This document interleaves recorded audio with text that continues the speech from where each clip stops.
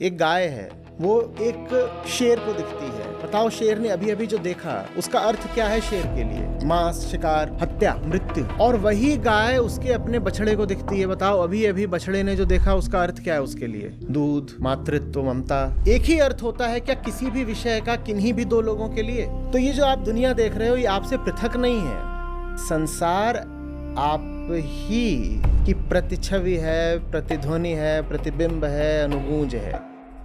मन दुख का अनुभव करता है। मन के लिए द्वैत क्या होता है कि मैं हूँ, बाहर एक दुनिया है, मैं अधूरा हूँ, अपूर्ण हूँ, क्षुद्र हूँ, अतृप्त हूँ, मेरे लिए खतरा भी हो सकता है, और ये संसार मेरी कामनाओं की पूर्ति का साधन और कारण भी बन सकता है। तो फिर मेरा और संसार का रिश्ता क्या हो जाएगा? अद्वैत क्या कह रहा है? अद्वैत कह रहा है ठीक है, तुम्हें दुनिया दिखाई दे रही है, बहुत सीधी बात है ईमानदारी की। तो चाहे ऋषि अष्टावक्र हो, ऋषियों की चाहे पूरी परंपरा हो, चाहे संत कबीर हो, चाहे संतों की पूरी परंपरा हो, सबने एक मत से यही कहा है कि द्वैत ही दुख का मूल है। द्वैत को ऋषियों ने इसलिए कहा है दुख का मूल, क्योंकि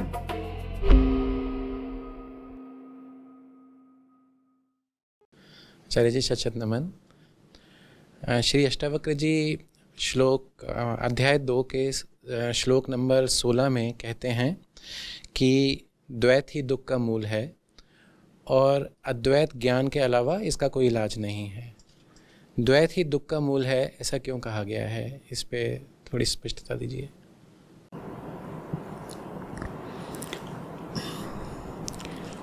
द्वैत क्या है? कई तरीके से द्वैत की व्याख्या करी गई है, परिभाषित किया गया है। लेकिन अगर हमारा मन द्वैत में जी रहा है तो उसका अर्थ क्या है? और मन के लिए द्वैत के अर्थ और अंजाम क्या होते हैं, हम उसी पर ज़्यादा ध्यान देंगे अभी। अगर हम समझना चाहते हैं कि जैसा आपने कहा कि द्वैत दुख का मूल है, ऋषि अष्टावक्र को उद्धृत करते हुए, तो दुख तो मन के लिए होता है ना, मन दुख का अनुभव करता है। तो मन के लिए द्वैत क्या होता है ये हम समझना चाहेंगे। मन के लिए द्वैत होता है ये धारणा, ये विश्वास कि मैं हूँ और बाहर एक दुनिया है और मैं अधूरा हूँ। ये जो बाहर दुनिया बिखरी हुई है इससे मुझे पूरापन मिल जाएगा। मैं हूँ, बाहर एक दुनिया है, ये दोनों अलग अलग हैं और दोनों की अपनी पृथक सत्ता है।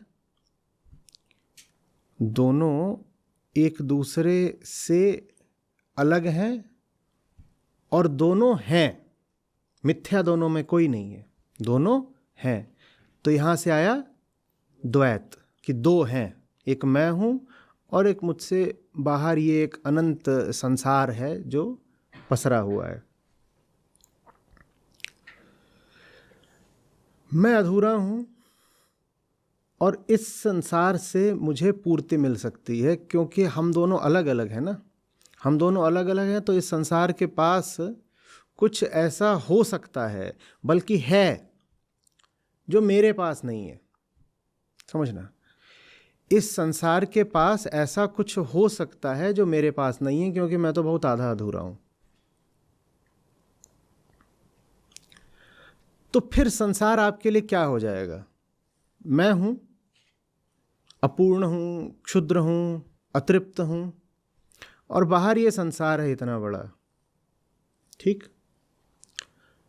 और ये संसार मेरे लिए खतरा भी हो सकता है, ये मुझे भय, कष्ट, मृत्यु दे सकता है। और ये संसार मेरी कामनाओं की पूर्ति का साधन और कारण भी बन सकता है। साधन और कारण तो छोड़ दो, ये संसार मेरे लिए साध्य भी बनेगा, क्योंकि मुझे जो चाहिए वही तो है, तो अंततः मुझे संसार ही चाहिए। तो फिर मेरा और संसार का रिश्ता क्या हो जाएगा? द्वैत में व्यक्ति का और जगत का रिश्ता क्या हो जाएगा? हाँ, भय और लोभ का। और लोभ इतना बढ़ेगा कि वो जगत को ही पूजना शुरू कर देगा, क्योंकि जगत से ही उसे प्राप्ति होनी है, तो जगत की ओर देखेगा, जगत को पूजने लगेगा। वो सीधे नहीं कहेगा कि हे संसार मैं तेरी पूजा कर रहा हूं, वो संसार में किसी तरह की छवियां निर्मित करेगा और उनकी पूजा शुरू कर देगा। क्योंकि पूरे संसार की पूजा कैसे करोगे? बड़ा मुश्किल हो जाता है। संसार में भांति भांति की चीज़ें हैं, हर चीज़ सबको नहीं चाहिए ना, सबको सब चीज़ें नहीं चाहिए। हालांकि संसार में ऐसा कुछ भी नहीं है जो किसी को नहीं चाहिए। तो पूरे संसार की आप पूजा नहीं करोगे, लेकिन संसार में आपको जो कुछ भी वांछनीय है, जिस भी चीज़ की आपको कामना है, आप उन सब को इकट्ठा करके उनकी पूजा करना शुरू कर दोगे। बात समझ में आ रही है? और सबके लिए संसार में ऐसा कुछ ना कुछ, बल्कि बहुत कुछ है ज़रूर जो उनको चाहिए है। ठीक है ना? जो चीज़ आप त्याग देते हो वो किसी और को चाहिए होती है। जो आपके लिए बिल्कुल त्याज्य है वो किसी और की कामना बन जाता है। ऐसा होता है कि नहीं? और संसार में कुछ भी ऐसा नहीं जो सबकी कामना हो, और कुछ भी ऐसा नहीं जो सबको त्याज्य हो। ले दे करके जिसको जो कुछ भी चाहिए संसार से ही चाहिए, तो सब फिर संसार में निर्मित करते हैं अपने लिए एक पूज्य छवि। वो जो पूज्य छवि होती है उसके माध्यम से आप कुछ नहीं कर रहे, संसार की ही आराधना कर रहे हो। आप संसार के ही सामने नमित हो गए हो, संसार की पूजा करना शुरू कर देते हो। और उसका प्रमाण ये है कि फर्क नहीं पड़ता कि आप किसको पूजते हो, पूजते आप कामना के लिए ही हो। और कामना की जो वस्तु होती है, बताइए वो कहाँ होती है, स्थित कहाँ होती है? वो संसार में। कामना की जो वस्तु है आपकी, वो सदा स्थित कहाँ होती है, पाई कहाँ जाती है? संसार में ही तो पाई जाती है ना। तो द्वैत को ऋषियों ने इसलिए कहा है दुख का मूल, क्योंकि द्वैत हमें भ्रम में डालकर हमें भिखारी बना देता है। हमारी सच्चाई ये है कि अनंत हैं हम और पूर्ण हैं हम, और कहीं इधर उधर हाथ जोड़ने की, भिखारी बनने की कोई आवश्यकता है नहीं। पर द्वैत हमें ये जतला देता है कि एकदम खाली हैं हम, दरिद्र हैं हम, बेसहारा हैं हम, और हमारा मालिक बना देता है संसार को। और फिर इंसान जीवन भर कटोरा लिए लिए फिरता है। इसलिए अष्टावक्र कह रहे हैं कि द्वैत ही दुख का मूल है। द्वैत ही दुख का मूल है। अब बात थोड़ी और आगे बढ़ेगी। एक तो ये है कि मैं भिखारी बन गया और संसार से भीख मांगने लगा। ये मेरी बात थी, मैं भिखारी बन गया, मैं संसार से भीख मांग रहा हूँ। अब ज़रा संसार की बात करते हैं कि संसार भीख देने में सक्षम कितना है। मैंने तो मान लिया है कि दुनिया से ये ले लूँ वो ले लूँ, संसार भीख दे भी पाएगा क्या? ये संसार क्या है? समझने वालों ने पाया है और समझाया है कि संसार आप ही की प्रतिछवि है, प्रतिध्वनि है, प्रतिबिंब है, अनुगूंज है। आप चल रहे हो, आपकी पदचाप है। संसार की आपसे पृथक कोई सत्ता नहीं है, आप ही का प्रक्षेपण है संसार। ये बात समझने में थोड़ी सी जटिल हो जाती है कि संसार मेरा ही प्रक्षेपण कैसे है। दो अर्थों में संसार हमारा प्रक्षेपण होता है, अस्तित्व के तल पर और अर्थ के तल पर। अस्तित्व के तल पर संसार ऐसे हमसे भिन्न नहीं होता कि क्या आपके लिए संभव है कि आप संसार को द्विआयामी देख पाएं या 4 आयामों में देख पाएं? आप संसार को त्रिआयामी, 3 डायमेंशनल ही क्यों देखते हो? क्योंकि आपका अपना शरीर त्रिआयामी है, क्योंकि आपकी अपनी आंखें 3 आयामों के अलावा कुछ और देख भी नहीं सकती। तो संसार को जो ये हमने त्रिआयामी सत्ता दी है, जो 3 डायमेंशनल एग्जिस्टेंस संसार का हमें प्रतीत होता है, वो वास्तव में संसार का नहीं है, वो हमारा है। यूं ही कल्पना कर लीजिए, ऐसा हो नहीं सकता, पर कल्पना कर लीजिए कि कोई ऐसा जीव है, कोई कीट है जो 2 ही आयामों में होता है, एकदम चपटा है। ठीक है, एकदम चपटी। अब एकदम चपटा कुछ हो नहीं सकता, कुछ ना कुछ तो उसको ऊंचाई चाहिए, भले ही एकदम न्यून ऊंचाई हो। मान लीजिए कुछ एकदम चपटी चीज़ है, 2 डायमेंशनल, वो सिर्फ XY प्लेन में होती है। उसकी दुनिया भी फिर कैसी होगी? समझ में आ रही बात? लीजिए पूरी दुनिया हमारी यहीं धराशायी हो गई। हम कहते हैं दुनिया ऐसी है, दुनिया वैसी है। भाई दुनिया जैसी भी है वो तुमको वैसी इसलिए प्रतीत हो रही है क्योंकि ये तुम्हारा जो मस्तिष्क है ये सिर्फ 3 डायमेंशनल प्रोसेसिंग कर सकता है, तो इसीलिए तुम्हें ये 3 डायमेंशनल यूनिवर्स जो है वो एक्सपीरियंस होता है। ये तुम्हारी आंखें 3 आयामों के अलावा कुछ, ये तुम्हारे कान एक बहुत सीमित फ्रीक्वेंसी रेंज से आगे पीछे सुन नहीं सकते। समझ में आ रही बात? हम अपने शरीर को भी कैसा देखते हैं? 3 डायमेंशनल देखते हैं। तो जिसका शरीर 3 डायमेंशनल है उसे इस 3 डायमेंशनल ऑब्जेक्ट को रखने के लिए 3 डायमेंशनल स्पेस चाहिए ना। अगर आपको लगता है कि आपका शरीर त्रिआयामी है तो कोई 3 डायमेंशनल चीज रखने के लिए आपको क्या चाहिए होगा? 2 डायमेंशनल में काम चल जाएगा। तो इसलिए एक 3 डायमेंशनल हमने स्पेस अपने चारों ओर निर्मित कर रखा है। ठीक है, शरीर रहता है 3 डायमेंशंस में और मन रहता है 4थी डायमेंशन टाइम में, तो फिर 4थी डायमेंशन टाइम भी हमने निर्मित करी है। जो हमें अपने चारों ओर जो ये एग्जिस्टेंशियल रियलिटी अनुभव होती है उसमें यही तो होता है ना। XYZ T, XYZ बॉडी है, T माइंड है। तो ये जो आप दुनिया देख रहे हो ये आपसे पृथक नहीं है। ये तो बात हुई दुनिया के अस्तित्व की। अब दुनिया का अर्थ ले लीजिए। आप सोचते हो कि दुनिया के पास जो अर्थ हैं वो दुनिया के अपने हैं? नहीं, दुनिया के अपने नहीं है। किसी भी विषय में, ऑब्जेक्ट में आप जो अर्थ देखते हो वो अर्थ उस ऑब्जेक्ट का नहीं है, वो आपका है। आप किसी भी ऑब्जेक्ट में जो अर्थ देखते हो वो अर्थ उस ऑब्जेक्ट में नहीं है, वो अर्थ आपका है। एक गाय है, वो एक शेर को दिखती है। बताओ शेर ने अभी अभी जो देखा उसका अर्थ क्या है शेर के लिए? मांस, शिकार, है ना, हत्या, मृत्यु।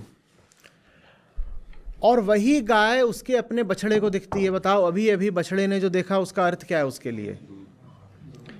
दूध, मातृत्व, ममता। एक ही अर्थ होता है क्या किसी भी विषय का किन्हीं भी 2 लोगों के लिए? बोलिए। मैं भी जो आपसे बातें अभी यहाँ पर कर रहा हूँ, क्या उन बातों का आप सबके लिए एक ही अर्थ है, साझा अर्थ है? बिल्कुल नहीं।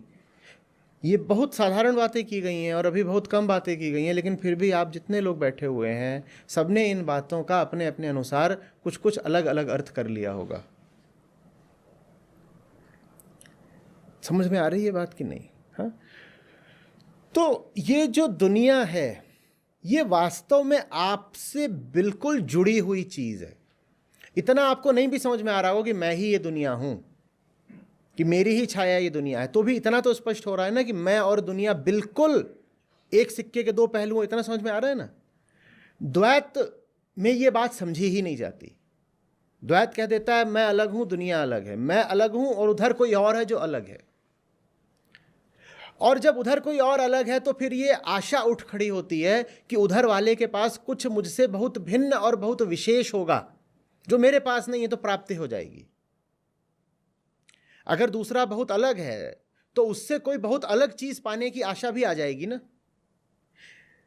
अद्वैत में आप समझ जाते हो कि अरे ये दोनों तो एक ही माया के दो चेहरे हैं, मैं और जगत, जीव और जगत, स्वयं और संसार, ये एक ही सिक्के के दो पहलू हैं और दोनों एक दूसरे के बिना जी नहीं सकते। जीव कहता है मैं जगत से आया, और जीव जब आंखें खोलता है तो उसने जगत को पाया। कौन कहेगा जगत है अगर जीव ना हो? और जीव जैसा होता है जगत उसके अनुसार होता है, तो जगत को रूपरेखा जीव देता है। और दूसरी ओर जगत अगर ना हो तो जीव कहां से आएगा? तो कुछ पता नहीं कि दोनों में पहले कौन आया, मुर्गी के अंडा। द्वैत का ये हाल है। समझ में आ रही बात? अब अगर आप द्वैतवादी हो गए तो आपको लगेगा कि मुझसे अलग कहीं कुछ है जो बहुत भिन्न है और वो मुझे मिल सकता है। कामना के माध्यम से मिल जाए, चाहे पूजा के माध्यम से मिल जाए, किसी भी माध्यम से मिल जाए, मिलेगा मुझसे बाहर कहीं कुछ है उससे।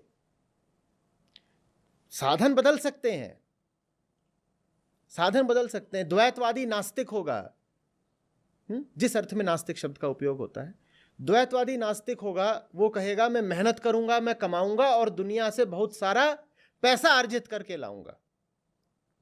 और द्वैतवादी आस्तिक होगा, वो कहेगा मेरे भगवान है बाहर मुझसे दूर कहीं, अलग है ना वो, मैं खूब साधना करूंगा, मैं खूब पूजा करूंगा और वो प्रसन्न होकर के मुझे वरदान दे देंगे, मुझे तृप्ति हो जाएगी। द्वैतवादी नास्तिक भी हो सकता है, द्वैतवादी आस्तिक भी हो सकता है, लेकिन दोनों का मानना एक अर्थ में बिल्कुल साझा रहेगा। क्या? उधर आउट देयर कुछ है जो मुझे तृप्ति और पूर्णता दे देगा। समझ में आ रही है बात? और ऋषि अष्टावक्र क्या समझाते हैं? वो कहते हैं बेटा एक बात बताओ, तुम आईने के सामने खड़े हो जाते हो, जो चीज तुम्हारे चेहरे में नहीं है वो तुम्हें आईना दे देगा क्या? क्यों नहीं दे पाएगा? क्योंकि वो जो आईने में हो तुम्हारा ही तो प्रतिबिंब है। अगर वो तुम्हारे पास नहीं है सर्वप्रथम, तो आईने में कहां से आएगा? बात समझ में आ रही है? जो तुम्हारे पास नहीं है वो जगत तुम्हें कैसे दे पाएगा? क्योंकि जगत क्या है? तुम्हारा प्रतिबिंब ही है। तुम्हारे पास नहीं है तो जगत से कहां से पालोगे? जगत के पास बहुत कुछ है निसंदेह, पर जगत के पास जो कुछ है वो सर्वप्रथम तुम्हारे पास भी है, तुम में ही मौजूद है। प्रकृति के वही 3 गुणों से तुम निर्मित हो, सतरजतम, और उन्हीं 3 गुणों से संसार भी निर्मित है। और तुम्हारी आकांक्षा है गुणातीत जाने की। आप जिस अतृप्ति को पाले हुए हो, जो अतृप्ति आपको भीतर ही भीतर खाए जा रही है, वो इन 3 गुणों का कुछ पाने की है या इन 3 गुणों के पार जाने की है? पार जाने की है। अब वो जो 3 गुण हैं उनका पिंड तो आप स्वयं भी हो ना। उन 3 गुणों का पिंड तो आप स्वयं भी हो। 3 गुणों से तृप्ति मिल सकती तो अपने साथ ही कुछ तरकीब करके मिल गई होती। जब अपने साथ तृप्ति नहीं मिली तो संसार से क्या मिलेगी? संसार के पास भी ले दे के वो 3 गुण ही हैं और इससे तो कुछ है नहीं। और तुम्हें 3 गुणों से संतुष्टि होने वाली नहीं, तुम्हें जाना है तीनों गुणों के पार, माने प्रकृति के पार, माने तुम्हें जाना है त्रिगुणातीत, वही मुक्ति कहलाती है। तो तुम्हें संसार से कैसे मिल जाएगी वो चीज? संसार तुमसे कुछ भिन्न तो नहीं। जो बात तुमने कही वो कहीं से टकरा कर लौट रही है गूंज के रूप में। जो तुमने कहा उससे कुछ अलग सुनाई दे जाएगा क्या? संसार तुम्हारी अनुगूंज है। जो तुमने कहा वही तुम्हें संसार से सुनाई दे जाता है। तुम बहुत कर्कश आदमी हो, संसार से तुम्हें मधुर गीत कैसे सुनाई दे जाएगा? संसार तुम्हें कुछ कैसे दे देगा जो तुम्हारे पास पहले से ही नहीं है? बोलो ना। संसार तुम्हारी छाया है। और ये उदाहरण सबसे सटीक बैठा है आज तक। संसार तुम्हारी छाया है। और सवेरा हो और सांझ हो तो अपनी ही छाया बड़ी लंबी हो जाती है। आप बहुत छोटे से होते हैं, छाया बड़ी लंबी प्रतीत होती है, आदमी भ्रमित हो जाता है। हमें लगता है देखो हम छोटे से हैं, संसार इतना बड़ा है। हम छोटे से हैं, संसार इतना बड़ा है। लेकिन बताइएगा, आपकी छाया में कुछ ऐसा हो सकता है क्या जो आपके पास नहीं है? बोलिए। आपकी छाया तो आपकी गुलाम है, आप जिधर जाते हो छाया उधर चल देती है। आपकी छाया तो आपके पैरों तले रहती है ना? तो जीव का और जगत का वही संबंध है जो व्यक्ति और उसकी छाया का है। लेकिन अज्ञान में हम अपनी छाया से ही 50 चीजें मांगनी शुरू कर देते हैं। एक व्यक्ति को सोचिए जो अपनी छाया के प्रति बड़ा कामातुर हो गया हो, अपनी छाया को देख रहा है, कह रहा है वाह क्या चीज है, कितनी लंबी है, क्या लंबाई है, और काली काली है, टॉल डार्क एंड हैंडसम है। अपनी ही छाया के प्रेम में पड़ गया है। जीवन भर क्या कर रहा है? वो अपनी ही छाया को पकड़ने का, प्राप्त करने का, पूजने का, कभी पटाने का प्रयत्न कर रहा है। यह आम इंसान की जिंदगी है। हम अपनी ही छाया के पीछे भाग रहे हैं। और बताइए, अपनी छाया को कोई पकड़ पाया आज तक? इसीलिए द्वैत दुख है। वो जीवन भर आपको दौड़ाता है, आपके हाथ कुछ नहीं आता है। समझ में बात आ रही है? अद्वैत क्या कह रहा है? अद्वैत कह रहा है ठीक है, तुम्हें दुनिया दिखाई दे रही है, बहुत सीधी बात है, ईमानदारी की, कोई उसमें ऐसा गहन, उसमें कोई दार्शनिक जटिलता नहीं है कि आप कहें कि अरे अद्वैतवाद तो बड़ा भयंकर होता है, समझ में नहीं आता साधारण लोगों के लिए। नहीं है। अद्वैत आपसे बहुत ईमानदारी का सवाल पूछता है। वो कोई वाद भी नहीं है, वो कोई मत नहीं है। जब आप कहते हो फलाना वाद या इज्म, तो वो एक मत बन जाता है, एक ओपिनियन बन जाता है। अद्वैत कोई मत है ही नहीं, जिज्ञासा है। बताओ, जिज्ञासा में कोई ओपिनियन होता है क्या? जिज्ञासा में कोई मत होता है क्या? मत। जिज्ञासा में किसी प्रकार की कोई सैद्धांतिक दृढ़ता या आग्रह होता है क्या? कुछ नहीं होता। वहां तो लोच होती है, वहां तो बस पूछा है। अद्वैत कहता है ये बता दो, ठीक है दुनिया सामने दिख रही है, बड़ी प्यारी लग रही है कि बड़ी भयानक लग रही है कि बड़ी अबूझ लग रही है, जैसी भी लग रही है, दुनिया को देखने वाला कौन है ये बता दो बस। तुम्हें कैसे पता कि जगत है भी, और अगर है तो वैसा ही है जैसा तुम्हें लगता है? और तुम बदल जाते हो। तुम्हारा अपना अनुभव यह रहा है कि तुम्हारा जगत बदल जाता है, हाँ या ना? तुम बदल जाते हो, तुम्हारा अपना अनुभव यही है कि जगत तुम्हारा बदल जाता है। बहुत सारे बच्चे पैदा होते हैं तो उनमें एक आरंभिक रंग अंधता होती है। वो जब पैदा होते हैं तो कुछ महीनों तक कुछ रंगों को नहीं देख पाते। बताइए उनका जगत कैसा होता होगा? उन रंगों से खाली। फिर धीरे धीरे वो बड़े होते हैं, वो अपने आप उन रंगों को देखना शुरू कर देते हैं। बहुत सारे बच्चों के साथ होता है। आप बदले, आपका जगत बदल गया कि नहीं? आपके जगत में आरंभ में 2 ही रंग थे बस, मान लीजिए, सफेद और काला, और उनके बीच का ग्रे। और आप बड़े होते गए, आपका जगत रंगीन होता गया। तो ये जो जगत है, इसका अनुभव करने वाले तो तुम ही हो ना। तुम्हें कैसे पता कि जगत वैसा ही है जैसा तुम्हें लगता है?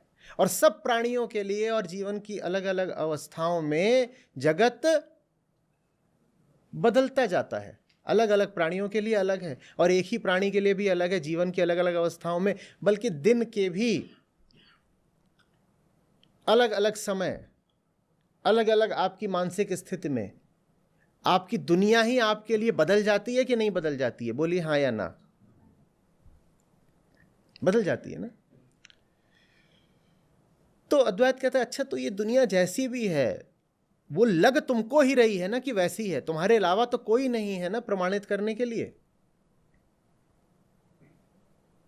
तुम्हारे अलावा तो कोई भी नहीं है ना जो प्रमाणित करे कि दुनिया ऐसी है। आप कहते हो नहीं साहब 5 और लोग हैं, वो मेरे दोस्त यार, वो प्रमाणित कर रहे हैं। वो जो प्रमाणित कर रहे हैं उनको भी कौन प्रमाणित कर रहा है कि वो हैं? तुम ही तो कर रहे हो। तो ले दे करके तुम अकेले ही हो जो कहता है कि दुनिया ऐसी है, दुनिया ऐसी है। और अद्वैत नहीं कहता कि दुनिया ऐसी है कि वैसी है, कि ना ऐसी है ना वैसी है, किसी तीसरे तरह की है। वो तो बस प्रश्न करता है, एकदम साधारण बालक की तरह आपके सामने खड़े हो जाता है और बहुत मासूम से आपसे सवाल करता है। ये अद्वैत वेदांत है। कहता है अच्छा ठीक है, तो आप जानना चाहते हो जगत का सच, हम जगत का ही सच जानना चाहते हैं, हम भी आपके साथ हैं। ऋषि कहते हैं चलो तुम जगत का सत्य जानना चाहते हो वत्स, मैं तुम्हारे साथ हूं, लेकिन जगत का सत्य अगर जानना है तो जानना पड़ेगा कि जगत प्रतीत किसको हो रहा है। जगत मुझे प्रतीत हो रहा है, तो फिर मुझे अपना सत्य जानना पड़ेगा। मैं कौन हूं, मैं कौन हूं, मैं कैसा हूं, मैं कहां से आता हूं, ये सारे सवाल खड़े हो जाते हैं ना। तो अद्वैत फिर इन प्रश्नों में जाता है। अद्वैत कहता है अच्छा ठीक है, मैं अपनी तो जांच पड़ताल कर लूं, मैं कौन हूं जिसको ये जगत प्रतीत होता है, क्योंकि जगत तो मेरे लिए बदलता रहता है मेरी चेतना की स्थिति के अनुसार। मेरी चेतना की स्थिति मेरा जगत निर्धारित कर देती है। आज मैं ऐसा था, मुझे एक चीज बहुत पसंद थी, कल मैं वैसा हो गया, मुझे उसी चीज से नफरत हो गई। ये हुआ है कि नहीं हुआ है? बोलो। आप कुछ खा रहे हो, बड़ा रस ले लेके खा रहे हो, तभी कोई पीछे से दौड़ के आता है, बोलता है अरे अरे अरे मक्खी गिरी हुई थी इसमें, क्या हो गया? वही जो इतना पसंद था तत्काल उससे घृणा हो गई, है ना? उठा करके दूर फेंक देते हो, चीखने चिल्लाने लगते हो। क्या स्वाद लेकर खा रहे थे, मन ऐसा खिला हुआ था, और अब पूरे दिन ये खिला हुआ मन खिन्न रहेगा कि मक्खी खा ली आज। तो बदल गया जगत कि नहीं बदल गया? जो इतना प्यारा था उसी से घृणा हो गई। जगत बदल गया कि नहीं बदल गया? कहीं पर घुस गए हो और ऐसा भ्रम हो गया है कि ये मेरा ही घर है, और बड़ी देखभाल कर रहे हो उस जगह की। मान लो कोई आकर बता देता है नहीं नहीं ये आपका नहीं, आपका पड़ोस वाला है। वही जो अपना था तत्काल बेगाना हो गया कि नहीं हो गया? जिसकी अभी तक परवाह कर रहे थे, झाड़ू पोछा कर रहे थे, दीवार पे दाग लगा था साफ कर रहे थे, उसको छोड़ देते हो, उससे कोई लेना देना नहीं। जगत बदल गया कि नहीं? अगर जगत को एक घर मानो, हम जगत में रहते हैं, घर है हमारा, जगत को घर मानो, जगत बदल गया कि नहीं बदल गया? पूरा बदल गया ना। प्रसूति गृह होते हैं, माओं को बच्चे होते हैं, और अगर सरकारी अस्पताल वगैरह हो तो इस तरह की घटनाएं देखने को मिलती हैं बहुत बार। माँ को उसको बच्चा ला करके दिया, वो बड़े प्यार से उसको दुलरा रही है, और हाँ आधे एक घंटे उसको चूम लिया, चाट लिया, दुलरा लिया। जो जो माँ बेटे का रिश्ता होता है वो सब हो गया। और पीछे से एक नर्स आती है, बोलती है ए मैडम ये तुम्हारा नहीं है, तुम्हारा वाला उधर है।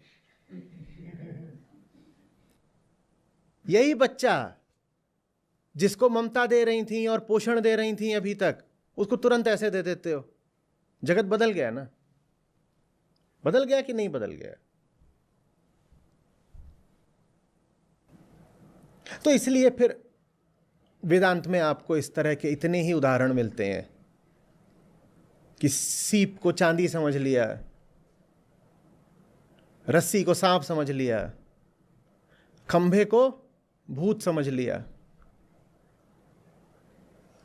ये सब एकदम बड़े पुराने चले आ रहे उदाहरण हैं कि एक ही चीज होती है, देखो कितनों के लिए कितनी अलग अलग हो जाती है। सरोवर के ऊपर चांद चमक रहा है और हवा चल रही है, तो सरोवर में लहरें उठ रही हैं, और तो चांद के कितने प्रतिबिंब बन जाते हैं, न जाने कितने बन जाते हैं, और सब थोड़े थोड़े अलग अलग रहते हैं, लेकिन वस्तु एक ही है, सबको अलग अलग दिखाई देती है।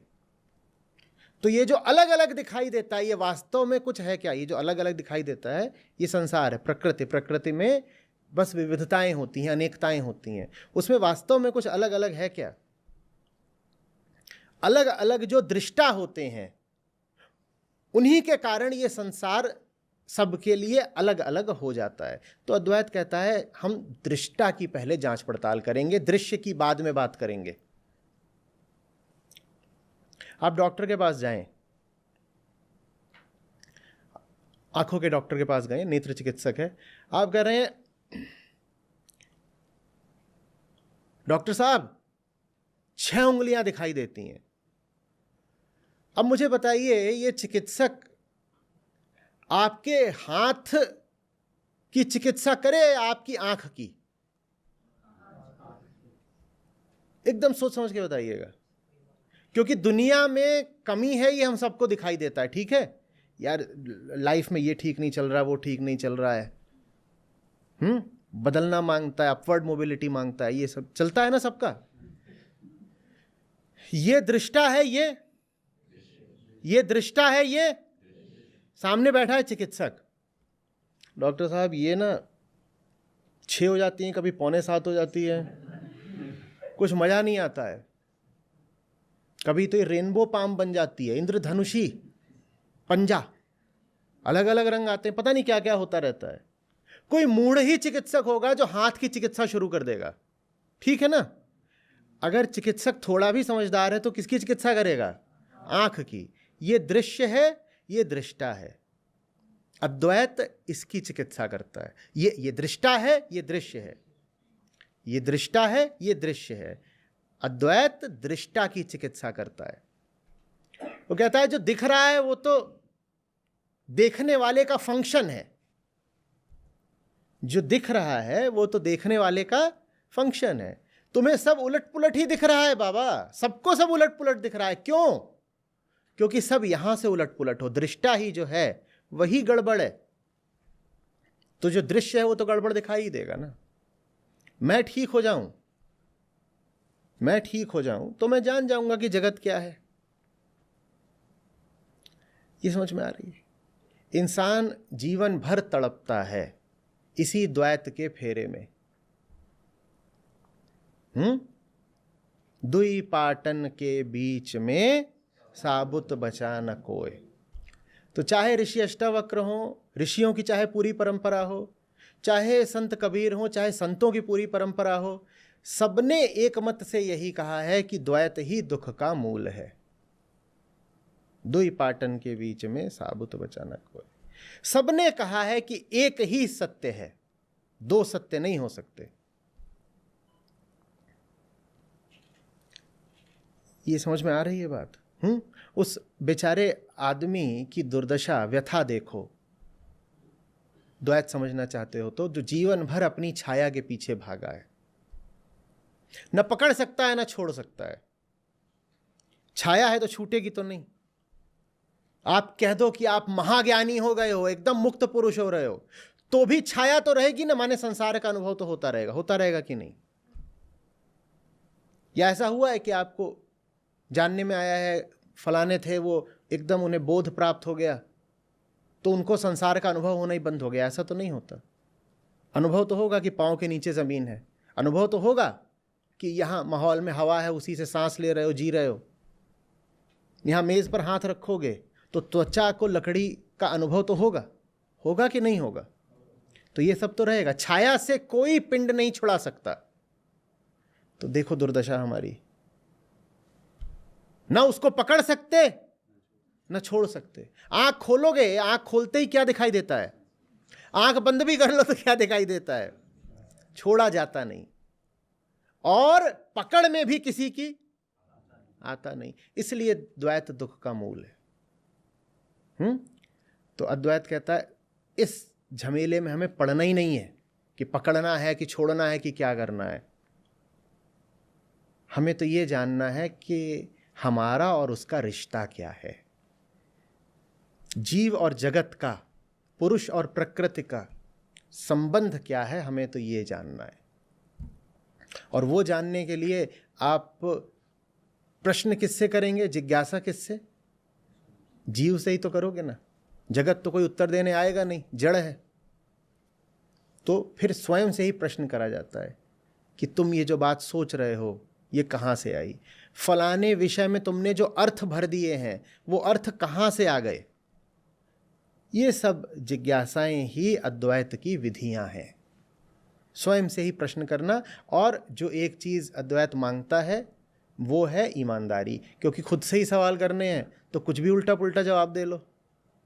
एक दफ़े मुझे बड़ा कटाक्ष करना पड़ा था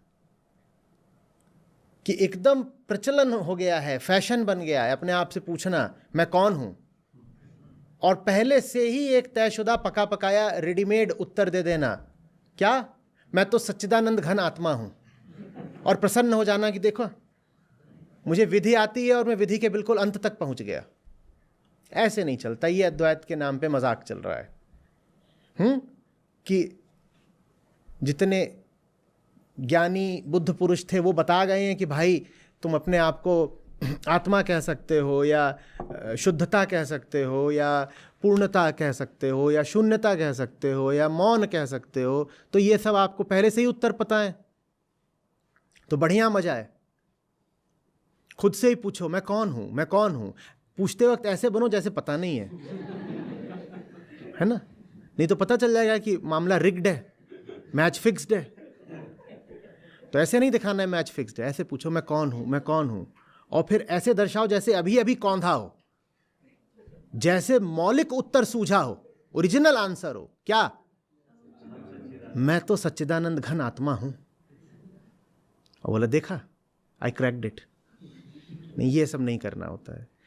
ये एक सतत जीवंत निरंतर जिज्ञासा होती है, क्योंकि जैसे आपकी छाया आपके साथ लगातार है ना, तो छाया का रूप, रंग, ढंग सब बदलता रहता है। तो ये जिज्ञासा भी लगातार होनी चाहिए। जैसे जीवन लगातार है, जैसे श्वास लगातार है, जैसे छाया लगातार है, कि ये सब है क्या, ये अभी अभी जो हुआ क्या हुआ। और जब वो लगातार होती है तो उतनी स्थूल नहीं रह जाती जैसी अभी मैं बता रहा हूँ। मैं जैसे बता रहा हूँ वो बहुत ग्रोस तरीका है। आप बड़े स्थूल तरीके से मैं कौन हूँ, मैं कौन हूँ, ऐसे नहीं। आदमी अपने दिन भर के काम छोड़ के यही थोड़ी करता रहेगा मैं कौन हूँ, मैं कौन हूँ। वो भीतर बहुत सूक्ष्म तरीके से एक संवेदनशीलता, एक अलर्टनेस, सेंसिटिविटी खड़ी रहती है, जो ये जानने को हमेशा आतुर रहती है कि भीतरी माहौल कैसा है। जैसे भीतर एक क्लाइमेट सेंसर लगा हुआ हो, जो आप कुछ भी कर रहे हैं वो सेंसर लगातार सक्रिय है, एक्टिव है। आप कुछ भी कर रहे हैं, आप अभी बैठे सुन रहे हैं, लेकिन एक भीतरी सेंसर है जो सुनने के साथ साथ ये भी देख रहा है कि सुनी बात का सुनने वाले पर प्रभाव क्या हुआ, कि बाहर से जो शब्द आ रहे हैं उनके उत्तर में भीतरी प्रतिक्रिया क्या हुई। ये है जिज्ञासा की विधि, कि बाहर जो चल रहा है वो चल रहा है, भीतर एक कॉन्टिन्यूअस अलर्टनेस है, भीतर एक मैकेनिकल डेडनेस नहीं है, यंत्रवत जड़ता सी स्थिति नहीं है भीतर, कि भीतर से क्यों कोई प्रतिक्रिया आ गई आपको पता ही नहीं चला, ऐसा नहीं है। भीतर से कुछ उठा और आप मुस्कुरा दिए, बोले मुझे पता है तू कहां से आया, कहां से आया, कहां से आया। अरे कल जहां से तू आया था आज भी वहीं से आया। कल कहां से आया था? परसों जहां से आया था। हाँ बताओ परसों कहां से आया? मैं साफ साफ जवाब दो। परसों तू वहीं से आया था जहां से जन्म के पहले दिन आया था। हाँ, जन्म के पहले दिन कहां से आया था मैं? जन्म के पहले दिन तू आया था माँ से और बाप से। अच्छा, माँ और बाप में कहां से आया था मैं? वहां से तू आया था एकदम जो पहली माँ है, महामाँ, उससे आया था। हैं, तुम्हारे महामाँ से उठ रहे हैं मेरे ये सारे। हाँ, और उसी को अहम वृत्ति बोलते हैं। महामाँ में वो सब कहां से आया, ये जानने के लिए महामाँ के पास जाना। जहां तक मेरा मामला था मैंने बता दिया। अब यही पूछना है कि अहम वृत्ति कहां से आती है, तो जाओ और अहम वृत्ति में प्रवेश करो। और जो अहम वृत्ति में प्रवेश करता है, जानने वालों ने कहा है कि फिर वो अहम वृत्ति को विगलित ही कर देता है। न खुद बचता है न वृत्ति बचती है, मुक्ति हो जाती है। लेकिन अभी भी मैंने आपको जिस तरीके से बताया वो बहुत नाटकीय तरीका है। आपके पास इतना समय नहीं होगा, रियल टाइम आप ये सब नहीं कर पाएंगे जो मैंने आपको बोला। ये सब तो फिर ठहर के करना पड़ेगा, और जीवन के प्रवाह में ठहरना संभव नहीं है। ठहरने का मतलब ये नहीं कि चल रहे थे रुक गए। तो ये जितनी मैंने बात बोली वो एक क्षणांश में हो जानी चाहिए। ये होती है आंतरिक अलर्टनेस। ये जितनी बात अभी समझाई, मुझ में कहां से आया, कल कहां से आया, परसों कहां से आया, इसको ऐसे पलक झपकते देख लेना है, चुटकी बजाते देख लेना है। ये पूरी जो प्रक्रिया रही है अहम वृत्ति से लेकर के आज तक के जीवन की, वो एकदम ऐसे कौंध जाए जैसे आकाश में बिजली, एक क्षण को कौंधी और सब दिख गया, सब समझ में आ गया। उसमें फिर शब्दों से काम नहीं चलता। मैं आपको शब्दों का सहारा ले लेके समझा रहा हूं। अच्छा, तू कहां से आया, तेरा बाप कौन है, ये वो फलाना, कल कहां से आता था, घर बता, ठिकाना पता, ऐसे नहीं हो पाता है। आप ऐसे करने बैठोगे तो गाड़ी निकल जाएगी। समझ में आ रही बात?